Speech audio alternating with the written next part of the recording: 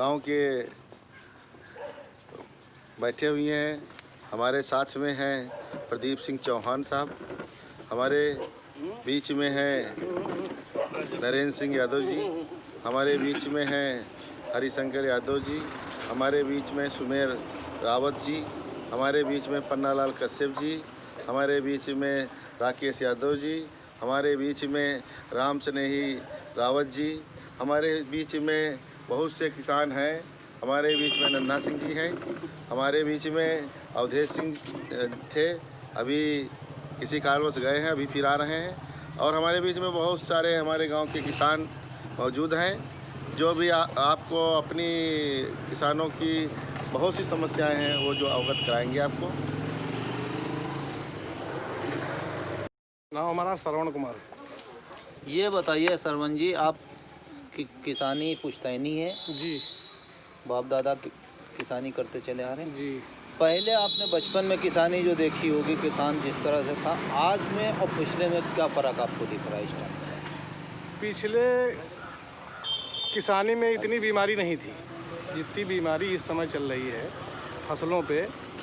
इतनी बीमारी नहीं थी, खाद और बीज इतने महंगे नहीं थे, दवाइयाँ तो महंगी हैं और खाद भी महंगी है।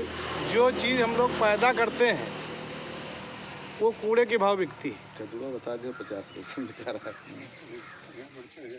अक्सर करके सब्जियों में जो हमारे यहाँ जो फसल ये मई जून में तैयार होती है, तो जो भी सब्जी तैयार की जाती है, जैसे कद्दू है बहुत सस्ता बिका, 1 रुपये में, 1 रुपये में 50 पैसा। 50 पैसे। तरोई है बहुत सस्ती, करेला बहुत, लौकी बहुत सस्ती। क्यों? लॉकडाउन चल रहा था, तो इस वजह से किसान का बहुत बड़ा ही नुकसान हुआ है। खाद वही भाव है, डीजल महंगा हो गया, पेट्रोल महंगा हो गया, किराया बढ़ गया। किसान की कोई भी चीज़ है वो सस्ती है, जो भी तैयार करता है वो सस्ती हो गई।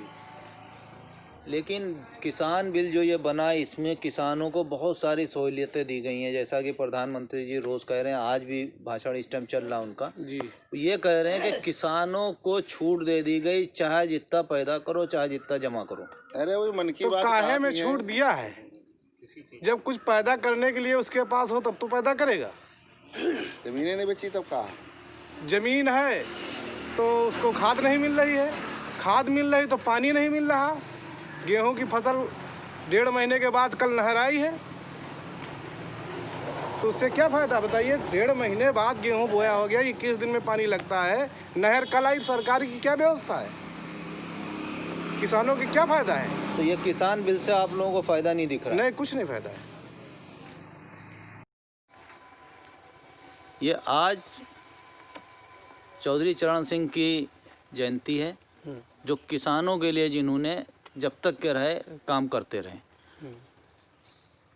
आज ही दिल्ली के चारों तरफ देश का किसान बैठा हुआ है, धरना दे रहा है, बॉर्डर घेरे हुए, और प्रधानमंत्री जी और मुख्यमंत्री जी पूरे प्रदेश में, देश में होर्डिंगें लगा के कह रहे हैं कि किसानों की आय दुगनी हो गई और किसान खुशहाल हो गए। जो किसान बिल उन्होंने बनाए 3 बगैर किसानों की राय के हैं, वो ये सही है, चर्चा नहीं हुई, डायरेक्ट पास होकर अध्यादेश जारी कर दिया। तो इन किसान बिल में जब प्रधानमंत्री जी और हमारे मुख्यमंत्री जी और करीब करीब ज़्यादातर प्रदेशों के मुख्यमंत्री कह रहे हैं किसान बिल केवल किसान के हित के लिए, तो क्या लगता है कि किसान बिल में क्या ऐसा है कमी जिसकी वजह से किसान परेशान है और सड़कों पर बैठा हुआ है? आज 2 बार उत्तर प्रदेश के मुख्यमंत्री रहे और भारत सरकार के प्रधानमंत्री रहे। चौधरी चरण सिंह का जन्म दिवस है और चौधरी साहब का ये कहना था, वो किसानों के मसीहा कहे गए, इसीलिए उनका जन्मदिन किसान दिवस के रूप में मनाया जाता है। उनका ये कहना था कि देश का विकास का रास्ता खेतों और खलिहानों से होकर गुजरता है। उन्होंने अपने पूरे कार्यकाल में किसानों के लिए संघर्ष किया।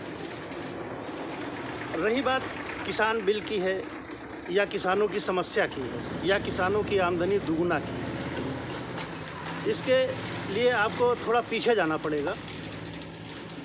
अपने यहाँ 2004 के आसपास साउथ में, दक्षिण भारत में काफ़ी किसानों ने आत्महत्याएं की थी, जिस पर भारत सरकार ने विचार किया कि आखिर ये किसान आत्महत्या क्यों कर रहा है और इसको कैसे रोका जाए। इस पर एक आयोग का गठन किया गया भारत सरकार द्वारा, जिसके आयोग के अध्यक्ष स्वामीनाथन बनाए गए। और ये भी बताना चाहेंगे इस अवसर पर कि ये जो अपने हिंदुस्तान में हाइब्रिड बीज है, आधुनिक तकनीक की जो खेती है, इसको लाने वाले स्वामीनाथन हैं। इसके पहले हिंदुस्तान में ना हाइब्रिड बीज था और ना आधुनिक खेती थी, और वो साउथ के बहुत बड़े किसान हैं और तमाम उनको अवार्ड देश विदेश में तमाम अवार्ड उनको दिए गए थे।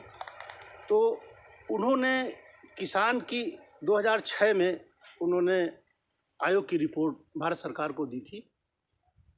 तो उसमें मुख्य 3 बातें उन्होंने सुझाई थी। किसान की सबसे पहली जो लागत होती है वो होती है जुताई, बीज, खाद और पानी। इन पर जो लागत आती है, ये पहला खर्च किसान का होता है जो उसकी जेब से जाता है। दूसरा, उन्होंने दूसरी कैटेगरी ये बनाई कि किसान मज़दूरों से खेती कराता है, खुद मज़दूर की तरह काम करता है, उसके बच्चे मज़दूर की तरह काम करते हैं और महिलाएं भी खेतों में मज़दूर की तरह काम करती हैं। तो उनका जो श्रम है उसको भी इसमें जोड़ा गया। तीसरा, उन्होंने ये बनाया कि जो खेत होता है, अगर उसको रेंट पर दिया जाए, किराए पर दिया जाए, तो उसका किराया कितना होगा। ये तीनों चीज़ें किसान की लागत हैं और इन तीनों को जोड़ा जाए। जोड़ करके जो बने उसमें 50% और जोड़ करके न्यूनतम समर्थन मूल्य लागू किया जाए और उतने में किसान की फसल खरीदी जाए, तो वास्तव में किसान की आय दोगुना हो जाएगी। और 2014 में जब हमारे प्रधानमंत्री जी चुनाव में प्रचार किए हैं, पूरे देश में ये आश्वासन दिए हैं किसानों को कि हम स्वामीनाथन रिपोर्ट को लागू करेंगे, लेकिन आज तक वो रिपोर्ट लागू नहीं। आज किसान की जो समस्याएं हैं, अभी आपने देखा, आप गांव में हैं, गांव के किसान हैं, अपनी अपनी समस्याओं को उन्होंने बताया, जिस समस्याओं से वो गुजर रहे हैं।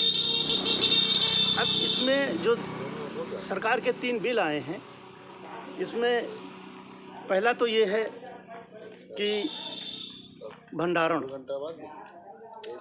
अभी तक आवश्यक वस्तु अधिनियम एक एक्ट था जो ज़्यादा भंडार करता था उसके ऊपर मुकदमा कायम होता था और जेल जाता था, बेल कराता था, उसको मुकदमा चलता था। उसको ख़त्म कर दिया और ये बताया जा रहा है कि किसान अपनी फसल का चाहे कितना भी भंडारण कर ले, उसके ऊपर कोई मुकदमा कायम नहीं होगा। लेकिन समस्या ये है कि अभी किसानों ने बताया भी है कि जब किसान की फसल कटती है तो उसको ट्रैक्टर का किराया भी बाकी होता है, पानी का भी बाकी होता है, बीज भी वो उधार लाता है, खाद भी उधार लेके आता है। उन सबको फसल कटने पर बेच करके सबसे पहले वो भरपाई करता है। उसके बाद फिर बच्चों के कपड़े लाता है, फीस भी जमा करता है, घर की अन्य आवश्यक चीज़ें लाता है। तो वो भंडारण क्या करेगा? वो अपनी आवश्यकताओं को पूरा करेगा। तो कुल मिलाकर के ये भंडारण का जो लाभ मिलेगा वो सिर्फ और सिर्फ कारपोरेट को मिलेगा। जैसे ही किसान के घर से मार्केट में सामान आएगा, वैसे ही ये सारे कारपोरेट उसको सस्ते दाम में खरीद लेंगे और अपने पास भंडार कर लेंगे। उसके बाद फिर मनमाने रेट पर, मतलब थोड़ा थोड़ा सामान बाहर निकालेंगे। आप जानते हैं मार्केट में जब सामान कम होता है तो रेट ज़्यादा होता है, सामान ज़्यादा मार्केट में आ जाता है तो रेट कम हो जाता है। तो ये कभी ज़्यादा नहीं निकालेंगे, ये इतना निकालेंगे कि जिससे इनका पेट भरता रहे और जनता लुटती रहे। इससे ये ज़रूरी नहीं है कि इस बिल से किसान का ही नुकसान, इस बिल से सभी आम जनता का नुकसान है। क्योंकि सामान तो सभी खरीदते हैं, किसान ही नहीं खरीदता, सब खरीदते हैं, चाहे वो नौकरी वाले हों, चाहे व्यवसायी हों, चाहे दुकानदार हों, चाहे जो हों, सामान तो सभी खरीदेंगे।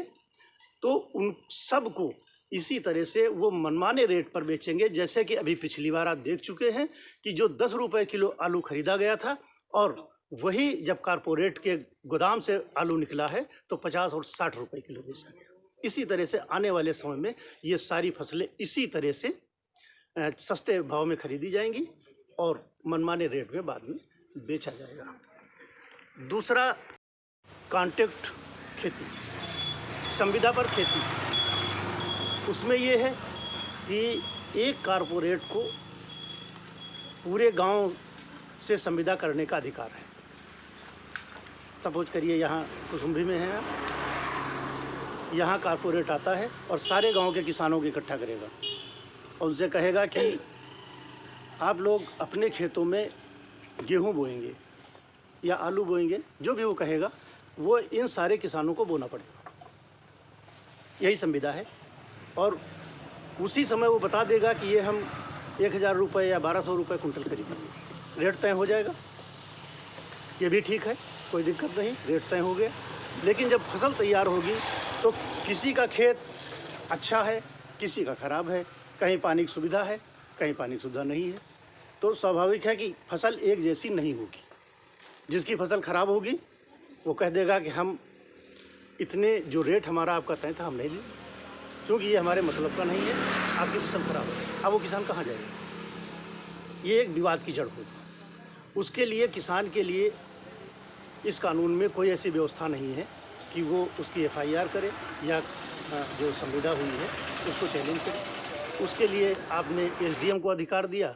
SDM 3 लोगों की कमेटी बना देगा, जिसमें एक प्रतिनिधि किसान का होगा और एक कारपोरेट का होगा और एक SDM का, मतलब सरकारी होगा। 3 लोग बैठेंगे। आप जानते हैं कि कोई भी चीज़ पास करने के लिए 2 का बहुमत होना चाहिए। कोई एक उसका कारपोरेट का प्रतिनिधि होगा और एक सरकार का होगा, दोनों मिलकर पास कर देंगे। किसान का जो प्रतिनिधि होगा वो किनारे बैठा रहेगा, कुछ नहीं कर पाएगा, अंत में किसान हाथ मलता रहेगा। तो इस तरह से ये समस्याएं हैं और हम जानते हैं कि थोड़ा बहुत यहाँ किसानों को इसके बारे में जानकारी हुई होगी कि आने वाले समय में उनको किस परेशानी से सामना करना पड़ सकता है। बाबूजी, तीसरा बिल जो है वही